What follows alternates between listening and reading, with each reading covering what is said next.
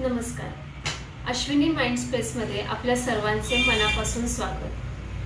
परीक्षा संपल्यानंतर शाळांना सुट्ट्या लागतात आणि या काळात अनेक ठिकाणी समर कॅम्पचे आयोजन केले जाते. या कॅम्पमध्ये डान्स, योगा, म्युझिक, आर्ट यासारख्या विविध ॲक्टिव्हिटीज 10 ते 15 दिवसांच्या कालावधीमध्ये शिकवल्या जातात.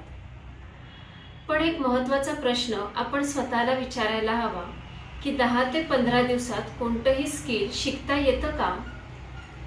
प्रत्येक मूल हे वेगळं असतं. त्याचा इंटरेस्ट, त्याची क्षमता, त्याची लर्निंग स्टाईल ही वेगवेगळी असते.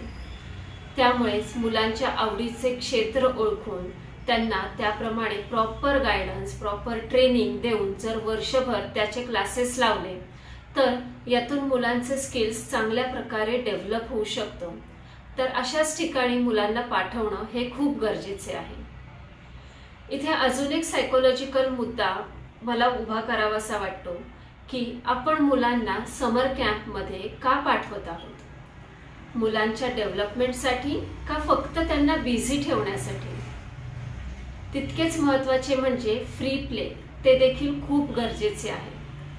सायकोलॉजीनुसार फ्री प्लेमुळे मुलांचा सोशल डेव्हलपमेंट होतो, डिसिजन मेकिंग स्किल्स इम्प्रूव्ह होते, क्रिएटिव्हिटी आणि प्रॉब्लेम सॉल्विंग इम्प्रूव्ह होते.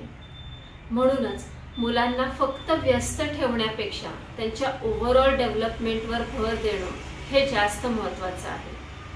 आपण आज घेतलेले निर्णयच त्यांच्या उद्याच्या व्यक्तिमत्वाची पायाभरणी करणार आहेत. तर याचा विचार नक्कीच करायला हवा. धन्यवाद.